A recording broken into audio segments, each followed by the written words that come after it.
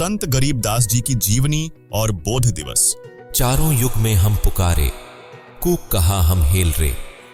हीरे माणिक मोती बरसे, ये जग चुकता ढेल रे। नमस्कार दर्शकों, भारत की पवित्र भूमि में संत, महापुरुषों, अवतारों का अवतरण होता रहा है।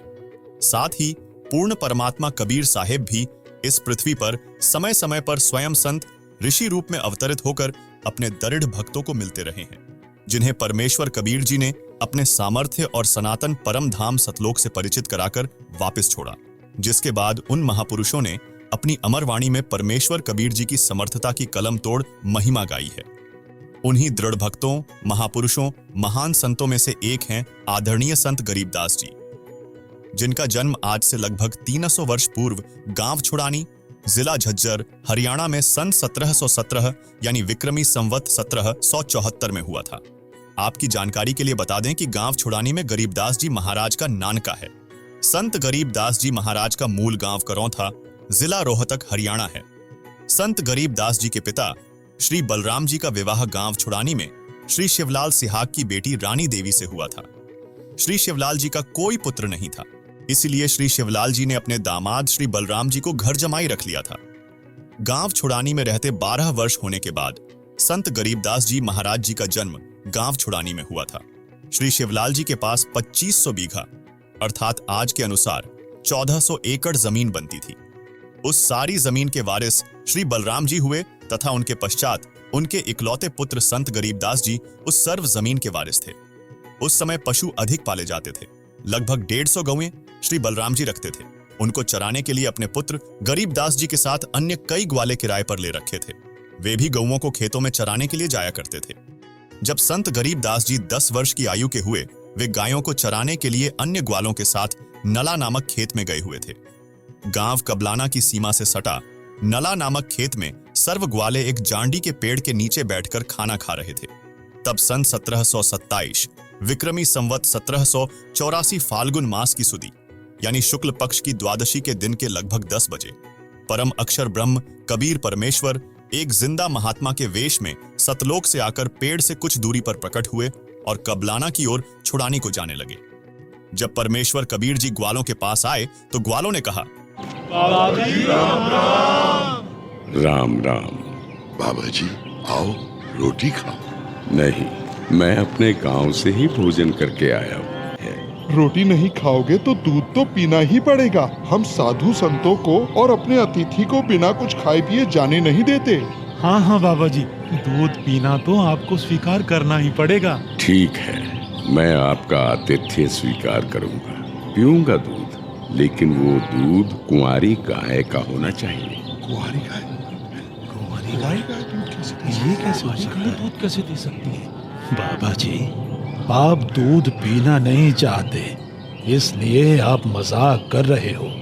परमेश्वर ने फिर कहा कि मैं कुंवारी गाय का दूध पीऊंगा। गरीबदास बालक ने 1 वर्ष की अपनी बछिया को जिंदा बाबा के पास लाकर खड़ी कर दी। परमात्मा ने बछिया की कमर पर आशीर्वाद भरा हाथ रख दिया। बछिया के स्तन लंबे लंबे हो गए। गरीबदास जी ने जिंदा बाबा के आदेश अनुसार एक मिट्टी के लगभग 5 किलोग्राम की क्षमता के पात्र को बछिया के स्तनों के नीचे रखा। स्तनों से अपने आप दूध निकलने लगा। मिट्टी का पात्र भर जाने पर दूध निकलना बंद हो गया, जिसके बाद पहले जिंदा बाबा वेशधारी कबीर परमेश्वर ने उस दूध को पिया।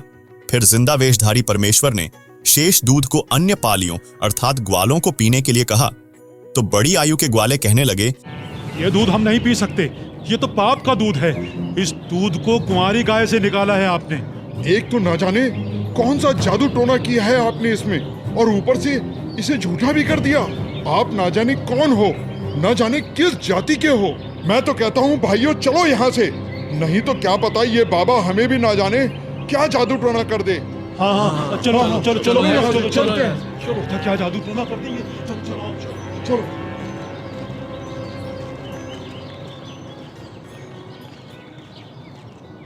लाओ भगवान, ये प्रसाद मुझे दे दो, फिर ना जाने कब आपका बनाया हुआ प्रसाद नसीब हो।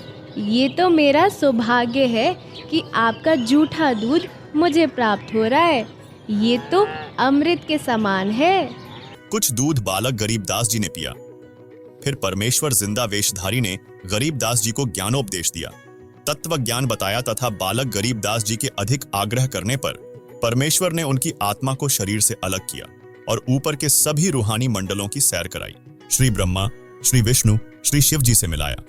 फिर ब्रह्मलोक, दुर्गा का लोक, अक्षर पुरुष के 7 शंख ब्रह्मांडों वाले लोक दिखाकर परमेश्वर ने संत गरीबदास जी को 12वें द्वार को पार करके सत्यलोक में प्रवेश किया, जहां संत गरीबदास जी ने श्वेत गुंबद के मध्य में बने सिंहासन के ऊपर तेजोमय श्वेत नर रूप में परम अक्षर ब्रह्म जी को देखा, जिनके एक रोम अर्थात शरीर के बाल से इतना प्रकाश निकल रहा था जो करोड़ सूर्यों तथा इतने ही चंद्रमाओं के मिले जुले प्रकाश से भी अधिक था। फिर जिंदा बाबा रूप में परमेश्वर ने अपने साथ बालक गरीबदास जी को लेकर उस सिंहासन के निकट गए तथा वहां रखे चंबर को उठाकर तख्त पर बैठे परमात्मा के ऊपर चलाने लगे। इसका मतलब ये बाबा जी जो मुझे यहाँ सतलोक लेकर आए हैं वो भगवान के सेवक है।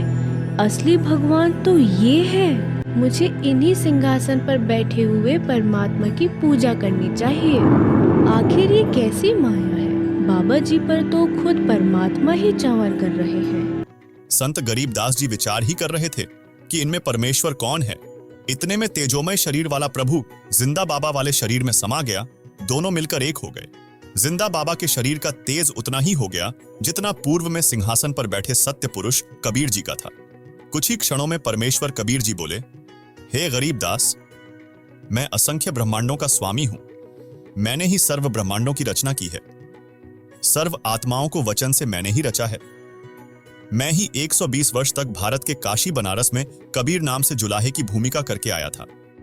जिसके बाद परमेश्वर कबीर जी ने संत गरीबदास जी को आशीर्वाद दिया और उनका ज्ञान योग खोल दिया। वहीं दूसरी ओर नीचे पृथ्वी पर शाम के लगभग 3 बजे के आसपास अन्य ग्वालों को याद आया कि गरीबदास नहीं है। तब एक पाली ने दूर से आवाज लगाई कि अरे गरीबू, उठ ले भाई, आजा, अपनी गायों को संभाल ले, तेरी बारी का समय हो गया है। अरे भगत जी, खड़ा हो ले। अरे अरे, इसे क्या हुआ? अरे गरीबू, क्या हुआ तुझे? उठ क्यों नहीं रहा? अरे सुनो, इधर आओ, सभी इधर आओ। देखो, गरीबू को कुछ हो गया है। हे भगवान, ये क्या हो गया? हे भगवान, ये क्या हो गया? गरीबू, भागाओ, गरीबू मर गया। हे भगवान, ये क्या हो गया? उनमें से एक ग्वाला गांव छुड़ाने की ओर दौड़ा और गांव छुड़ानी में जाकर उस पाली ग्वाले ने गरीबदास जी के माता पिता, नाना नानी को सब घटना को बताया कि एक बाबा ने कुंवारी गाय का दूध जादू जंत्र करके निकाला। वह दूध हमने तो पिया नहीं, बालक गरीबदास ने पी लिया। हमने अभी देखा तो वह मर चुका है। जिसके बाद बच्चे के शव को चिता पर रखकर अंतिम संस्कार की तैयारी कर दी गई। उसी समय परमेश्वर जी ने गरीबदास जी की जीवात्मा को शरीर में प्रवेश कर दिया। जिसके बाद संत गरीबदास जी खड़े होकर अमृतवाणी बोलने लगे। प्रपट्टन वो परलोक है जहाँ अदली सतगुरु सार, भक्ति हेत से उतरे पाया हम दीदार। अजब नगर में ले गया हमको सतगुरु आन, झिलके बिंब अगाध गति वहाँ सोते चादर तान। अनंत कोटि ब्रह्मांड का एक रति नहीं भार, सतगुरु पुरुष कबीर है कुल के सृजनहार। और इस तरह कबीर भगवान सहशरीर धरती पर आए और न सिर्फ गरीबदास जी को दर्शन दिए बल्कि उनको सतलोक ले जाकर उन्हें इस दुनिया की सच्चाई से भी परिचित कराया और ये भी स्पष्ट किया कि इस दुनिया के असली मालिक परमात्मा कबीर भगवान जी ही हैं, जो कि अब वर्तमान में खुद संत रामपाल जी महाराज के रूप में आए हुए हैं। संपूर्ण भक्त समाज सदा सदा के लिए जगत गुरु तत्वदर्शी संत रामपाल जी महाराज का आभारी रहेगा। सत साहिब। करीब अनंत कोटि ब्रह्मांड का एक रति नहीं भार, सतगुरु पुरुष कबीर हैं कुल के सिरजनहार। गरीब सब पदवी के मूल हैं, सकल सिद्धि है तीर। दास गरीब सतपुरुष भजो अविगत कला कबीर। गरीब अजब नगर में ले गए हमको सतगुरु आन, झिलके बिंब अगाध गति सुते चादर तान। गरीब शब्द स्वरूपी उतरे सतगुरु सत कबीर। दास गरीब दयाल हैं डिगे बंधावें धीर। गरीब अलल पंख अनुराग है, सुन मंडल रहथीर। दास गरीब उधारिया, सतगुरु मिले कबीर। गरीब प्रपट्टन वह लोक है, जहां अदली सतगुरु सार। भक्ति हेत से उतरे, पाया हम दीदार। गरीब जम जौरा जासे डरे, मिटे कर्म के लेख। अदली असल कबीर हैं, कुल के सतगुरु एक। दर्शकों, इसके बाद संत गरीबदास जी ने अपनी अमृतमयी वाणी में परमेश्वर कबीर जी द्वारा प्रदान किए गए ज्ञान को 6 माह में एक पवित्र सदग्रंथ साहिब के रूप में लिखवाया था, जिसे आज हम अमर ग्रंथ साहिब के नाम से जानते हैं। उन्हीं आदरणीय संत गरीबदास जी महाराज को सन 1727 विक्रमी संवत 1784 फाल्गुन मास की शुक्ल पक्ष की द्वादशी को परमेश्वर कबीर जी नाम उपदेश प्राप्त होने के पवित्र दिन के उपलक्ष्य में प्रतिवर्ष संत रामपाल जी महाराज के सानिध्य में संत गरीबदास जी महाराज का 3 दिवसीय बोध दिवस मनाया जाता है, जो इस वर्ष 19, 20 और 21 मार्च 2024 को नेपाल समेत भारत के 10 सतलोक आश्रमों में मनाया जाएगा, जिसमें 3 दिवसीय अमर ग्रंथ साहिब का अखंड पाठ, विशाल भंडारा, आध्यात्मिक प्रदर्शनी, विशाल सत्संग समारोह, दहेज मुक्त विवाह, रक्तदान शिविर जैसे भव्य कार्यक्रम होंगे, जिसमें संत रामपाल जी महाराज द्वारा पूरे विश्व को सादर आमंत्रित किया गया है, जिसके आयोजन स्थल हैं सतलोक आश्रम धनाना धाम, सोनीपत, हरियाणा, सतलोक आश्रम कुरुक्षेत्र, हरियाणा, सतलोक आश्रम भिवानी, हरियाणा, सतलोक आश्रम मुंडका, दिल्ली,